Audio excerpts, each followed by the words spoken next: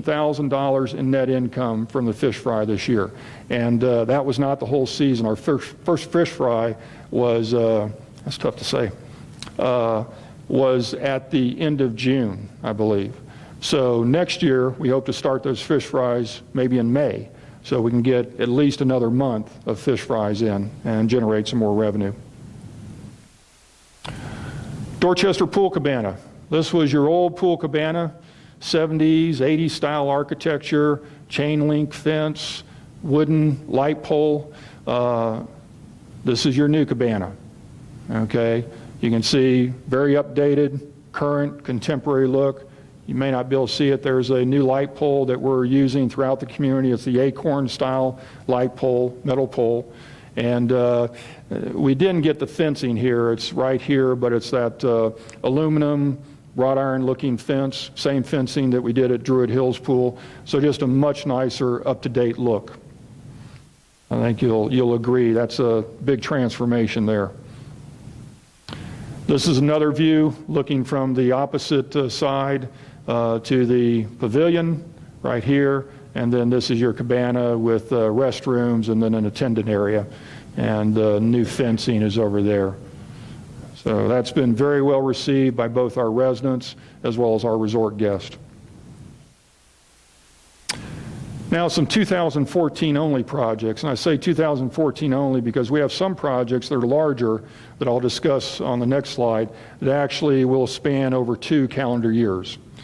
In 2014, we'd like to start the Druid Hills Pool Cabana, hopefully in January. That's currently, well, it should go out to bid with some contractors by the end of this week. We've asked them to get those back by Wednesday before Thanksgiving. Then we'll start going through that process of vetting that out and figuring out what we can do based on the bids. And then the board will be discussing that at their December board meeting, which is December 12th. So be on the lookout for that, but I encourage y'all, if you're interested in that, to, at a minimum, come to the December 12th board meeting. The other thing is improved sense of arrival at Peavine and Stonehenge. This was something that we had to put off this year because of other things going on with the Dorchester Pool Cabana and what have you, but we'd like to do that early 2014, and I have some things to show you there. And then a new sign with a digital feature actually out in front of the Community and Conference Center to replace our existing announcement sign at Peavine and Stonehenge. This is your existing Druid Hills Pool Cabana. You've got a snack bar there and 2 restrooms there. Then you see this area right here. That's an elevated area. Underneath is the pump house. And so that's why it's elevated like that. We'll have a lot of people who actually sunbathe on that deck. You can see the wrought iron looking fence right there. This is the architect's computer model of what is going out to bid. Okay, now right here is a shade structure. Okay, so people can, there'll be tables and chairs there so they can get out of the sun. If they have small kids, they can keep an eye on the kids in the kiddie pool right there and still and sit in the shade. This is not pool area. The only thing that's really pool is right there. This is your main pool area right here. Okay. This building is your snack bar right here, and then you have a storage area, and then locker rooms right here. Okay, this is that raised area I show you in that past picture. So we'd like to get some nice concrete steps, get some stonework there. And you notice all the stonework on the lower level similar to what we did at Dorchester. So if you haven't been to Dorchester Pool Cabana, I encourage you to go down there, take a look at that. Similar concept for Druid Hills. Then a roof structure here, and then this is kind of a check-in hut. Now, for purposes of bidding, this shade structure is going to be an option. This roof structure, just the roof structure, is going to be an option, and this check-in point is going to be an option. But we do need to do this stonework and the railing around this elevated area to give it a better look. If you can look back there, that's the current look. Little wooden stair railing right there. This is a view if you're sitting, just outside of the shade structure on the left. looking back, there's that check-in area. This is your elevated area with the stairs and the railing. Your locker rooms here, your snack bar right here, okay? Now, there was a lot of comments. At first, we had the tiki bar concept in there that would have been a structure, really kind of a bar area between the snack bar and this shade structure. That has been eliminated, so that is not in the plan. Okay, now the sense of arrival that we've been talking about. Here's your current announcement sign at the four-way stop. And really, if you think about it, the four-way stop, Peavine and Stonehenge, is really the center of the community. You know, so you've got the new Wyndham building there, you've got the Village Green Mall. This is really kind of the center of the community. So we want to create a real sense of arrival that I'm here. I've arrived in Fairfield Glade. There's a lot going on here. So we'd like to eliminate the announcement sign and replace it with something like this, which I have a bigger picture on the next page. And this is a preliminary design. Okay, what we want to do is, this is basically the same type of signage that we did at Druid Hills recently, the Racket Center. We hope to change out the fire and public safety sign before the end of this year. So it's really the same style sign with our logo. You know, here we'll just say Fairfield Glade, and then the stone columns and that crab orchard stones. Then like to have some split rail fencing coming off of that, you know, to kind of give it that, a little bit of that rural feel, which, you know, we are a rural community. A couple comments we've already received from some board members is, it'd be nice to maybe have some more stonework, maybe do a smaller column over here and over here, and then additionally maybe a lantern, either on these columns or on these smaller columns right here. So that's something that we're going to build into the design, see how that looks, and you know, at a minimum, we're going to have some uplighting so that at nighttime, you know, this is a reflective sign like all the others. There'll be uplighting so you can see that at nighttime.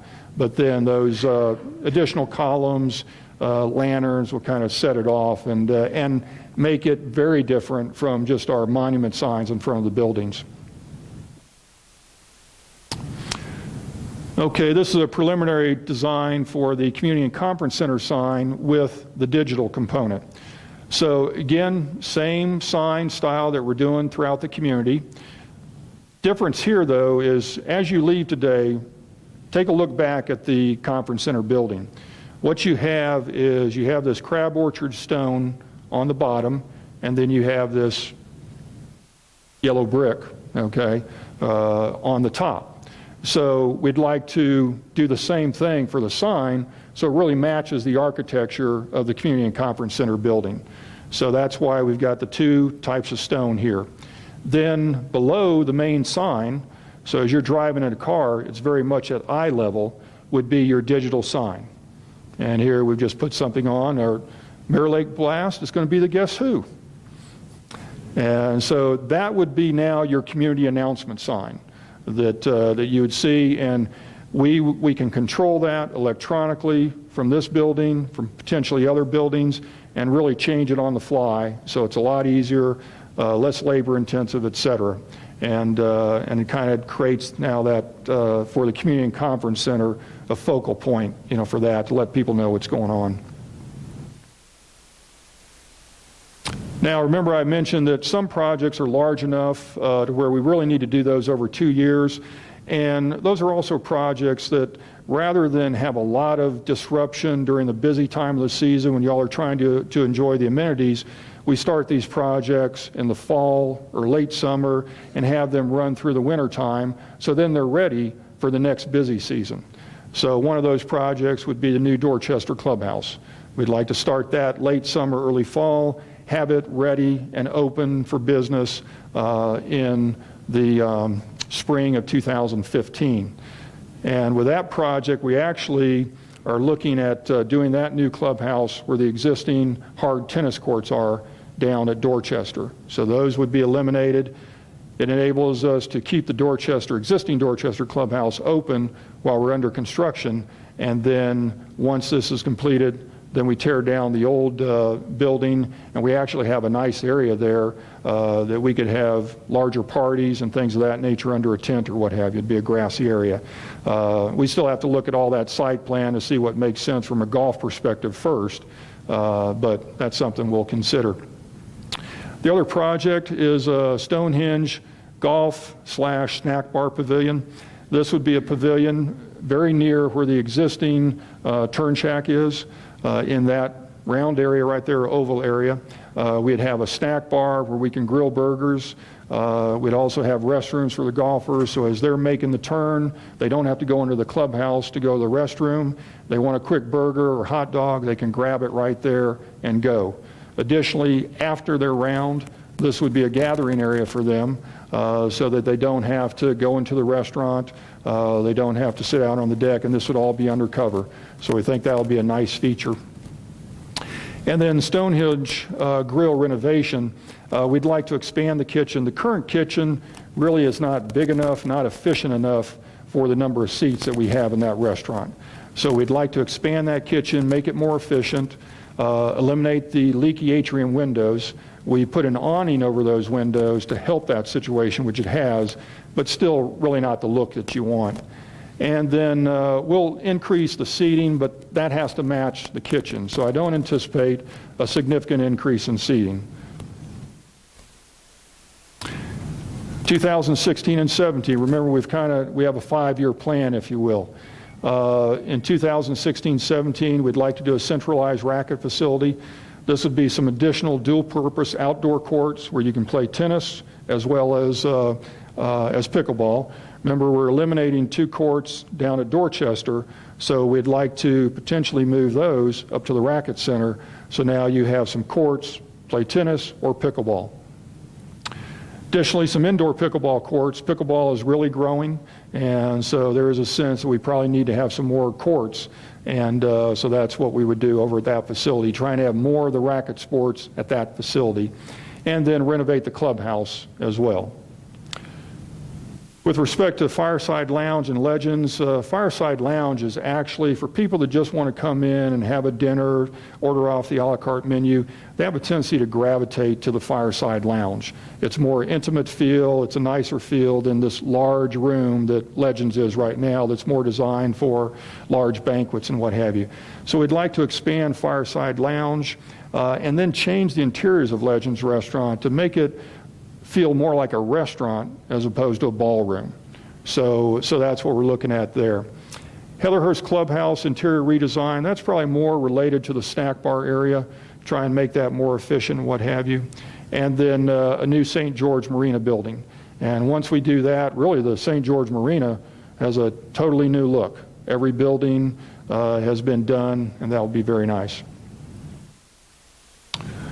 So now this is the 5-year plan that we talked about with the amenity master plan. You can see we've already done the Dorchester Pool Cabana. That cost about $207,000. Multi-purpose building renovation was about $21,000. St. George Pavilion improvements, about $161,000. Druid Hills Pool Cabana, we have an X in 2013 because we have done some architecture work. Don't anticipate doing any construction other than maybe some demolition this year, but the bulk of that work is really going to be in 2014. Then we talked about the sense of arrival and the CCC sign in 2014, starting the Dorchester Clubhouse, starting the Stonehenge Pavilion, starting the clubhouse renovation at Stonehenge. So 2013, our budget was $490,000. We're going to spend less than that in 2013, so some of that may come over into 2014.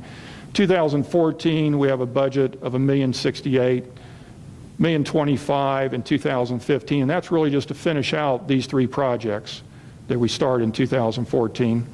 Again, that's the Dorchester Clubhouse, Stonehenge Pavilion, Stonehenge Clubhouse renovation. Then 2016 and 17, you see all 4 of those projects start in 16, finish up in 17, do it over the winter time. And so we go down to about $670,000, $750,000. So cumulative over that 5-year period, target of $4 million. Okay, now let's bring it all together to a consolidated cash flow. Then we'll talk about our notes and then a 5-year overview. So this is a consolidated budget. Your various funds up top: capital amenity reserve, wastewater treatment, sewer funds, golf operations fund. Okay, in total, $3.5 million in excess revenues over expenses before depreciation. Now you need that kind of money because of all the capital expenditures that we have to do just on a recurring basis, as well as paying down principal. So you see capital expenditures about $2.5 million and long-term debt about $903,000. So you end up spending most of that on capital expenditures and long-term debt, end up with net cash flow about $74,000 before any major amenity projects and what have you. Project our beginning funds or ending 2013 to be about $2.5 million. Then there's that $1,068,000 for the master amenity plan projects. And we anticipate borrowing, getting new financing for some of this. Not all of it, but some of that. And that's $770,000. So we end up with about $2.3 million in cash. Our goal from a cash standpoint is to end the year at somewhere between 2 and 2.5 million. And we'll adjust that, and if we see that we can borrow less or pay down debt, we will do that. Now let's look at our debt service. We've got right now 3 loans. We have a loan for the wastewater treatment plant, a loan for Stonehenge Golf Club that was purchased in 2008, community center loan that was refinanced in 2013. Each year, annual debt service for wastewater treatment is $660, Stonehenge $330, and then now $335,000 for the community and conference center. With the amenity plan projects and that $770,000 that we're talking about borrowing, we anticipate about $30,000 in interest only. Most likely, it's going to be some type of interest-only loan until you finish the projects, then you turn it into a permanent loan. So with that, we've got about $1.3 million in debt service each year. Now our projected balances at 12/13, you can see in total though, about $7.2 million in debt at the end of 2013. And then at the end of 2014, really less, $7 million. That's because we're paying down $903,000 in principal, and we're only adding $770,000 in new debt. Now this is a 5-year cash and debt forecast. See cash projecting into 2014 about $2.3 million, $2.5 million next year, 2.7, 2.7, 2.7. Now, good chance, if we're at those levels, then we probably would borrow less or pay down some debt. But we may determine that we'd rather have that cash for future borrowing or less borrowing in the future versus doing it right then. So that's something to be determined each year. Debt, $7 million at the end of 2014, about the same, 15. Now it starts to go down, 16, 17, 2018, about 4.2 million. Now, 2019, we actually pay off the wastewater treatment plant loan. And so then, we have that going away. Okay, that ends my presentation. So now I'm going to open it up to some questions and what have you from the audience. And I think we need to turn on these microphones. Additionally, we're handing out just the one summary page that shows the consolidated budget. And if you have a question, come on around to one of these microphones on either side, and then we'll answer it. Then additionally, some of you may not be comfortable asking a question in a large group setting like this, or you may prefer to send an email or letter. Probably the best thing to do is to send me an email at my email address, which is right there, bweber@fairfieldglade.cc. The reason that's the best, once I get that, I can just forward that on to the board members. It's very easy for me. If you're not into emails, prefer to write a letter, write a letter. That makes it easy too. I'll get that letter, I can scan that and shoot that out to the board members as well, so they have that input. The board vote is on November 21st. So this is kind of the starting point of this process where I do the presentation, then we get some Q&A going right here, some discussion at this meeting. Then we also get some additional comments and questions via emails or via letters and what have you that I pass on to the board for them to take into consideration before they do the vote on the 21st. Likewise, welcome to come to the board meeting. All the board meetings are open. They're typically the fourth Thursday of the month, but because of Thanksgiving, we're doing it on the third Thursday this year, November 21st. So I encourage y'all to come to that. And there'll be an open question forum there. Before the board votes on this budget, they'll open it up to questions and comments at that meeting as well. So we try to give you a lot of opportunity. Additionally, this presentation will be on the website this afternoon.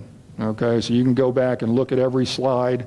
Also, we've videoed the presentation. Once we get that processed, that will go up on the website as well, like we did last year. Hopefully, you know, that will be done no later than Monday, if not tomorrow even. So try to give you ample opportunity to provide your comments. Okay, I'll go to the left first. Paul? Paul DeMet, 107 Edgemere Drive. Bob, you've done a good job with nuts, bolts, bricks and mortar. What do you have regarding personnel, salaries, benefits, payroll taxes, those types of things? Okay. Could you give us some information on that, yes, please? On the payroll, you know, we did a study last year. We actually hired a HR consultant to come in and take a look at all of our job descriptions, take a look at our payroll structure. And what he determined was we had a number of positions that were below market. And some positions were at market, you know, what have you. So as a result of that, we made some adjustments last year to bring some people closer to market. Didn't get everybody. This year, we're trying to do that and bring everybody at least up to the minimum in their pay range. And we actually established pay ranges as a result of that process, whereas before we had no pay range system. So we currently now have a pay range system for every job description, okay? And what we've done is, in this budget, is a 3% payroll pool increase for full-time and year-round part-time positions. Okay, no seasonal positions except for a few supervisors that it's a seasonal operation. We have some supervisors. They're part of that 3% payroll pool.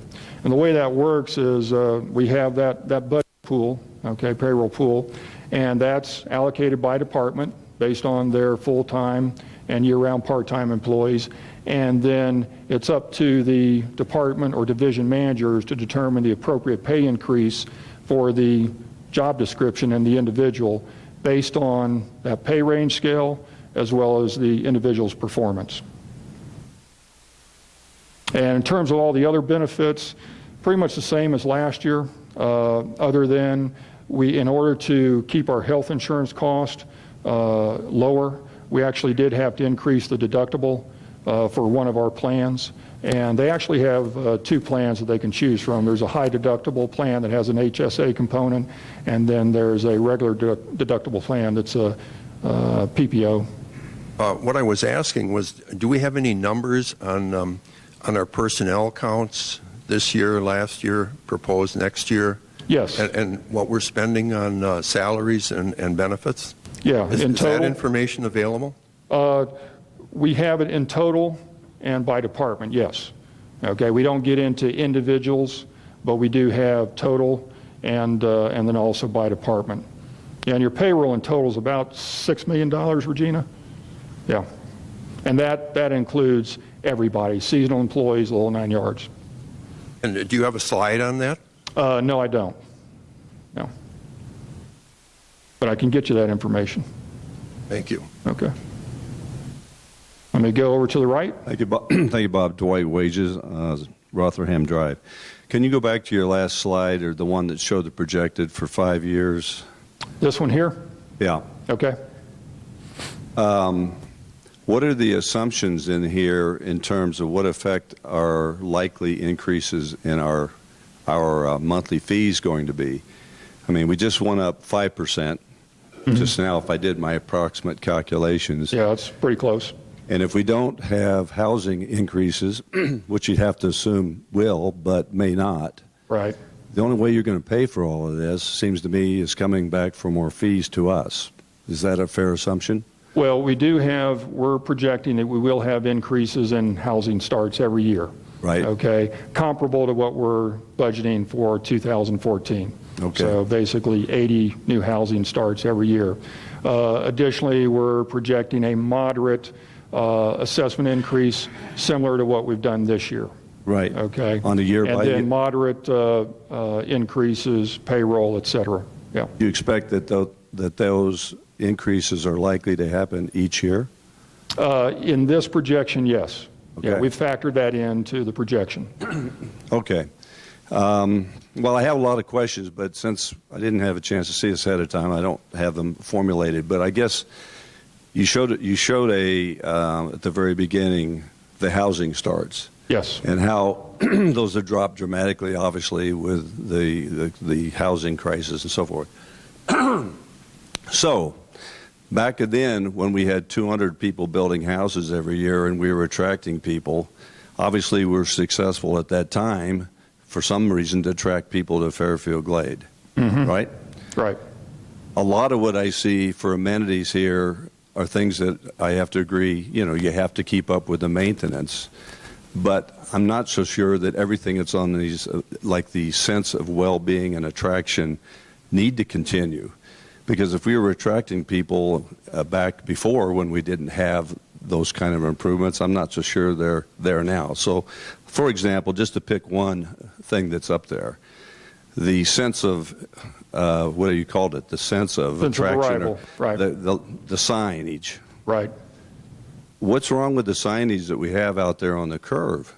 I mean, people come into town, that's the only way they get here. It says Fairfield Glade. It's a nice thing. It's got all kinds of plantings. I personally don't see what the value of putting up another sign, other than to keep consistent with everything else that you have going. Now, there's no price tag attached to that. Do we have an approximate idea what that signage could cost?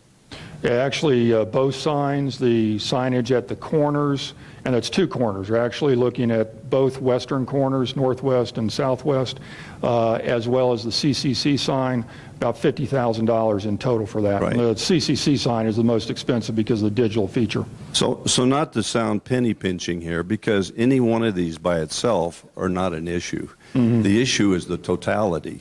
Right. And I guess I question and would like the board to consider, it seems like we have a wish list which went out to all of our employees and, I don't know, membership, however we surveyed it, and says, what would we like to do to make this place look more up to date? And we've spent a lot of that money.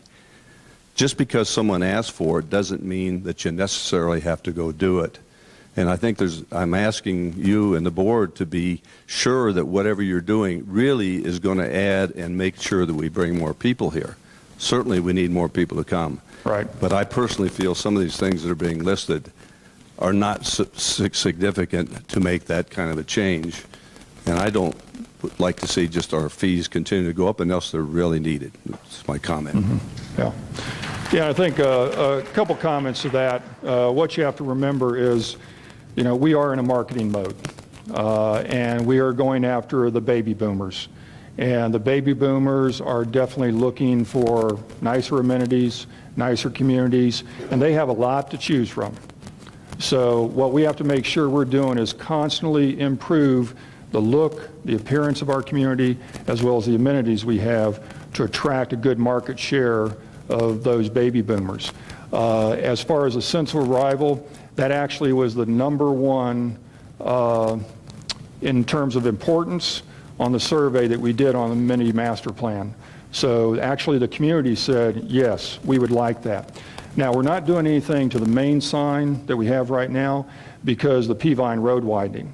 That's going to actually come a lot further north than the current road, such that there's a good chance that sign right there is going to be obsolete, and we're probably going to end up having to take it down. So that's why we're not doing anything there, and we're really trying to do it at the four-way that really is your sense of arrival and everything. But as I say, from a marketing mode standpoint, we need to make these improvements, especially to the older, outdated amenities and facilities, because the new buyers notice that. And it's like when you go look at a house, you're probably, especially in this market, you're not focusing on the positives, you're focusing on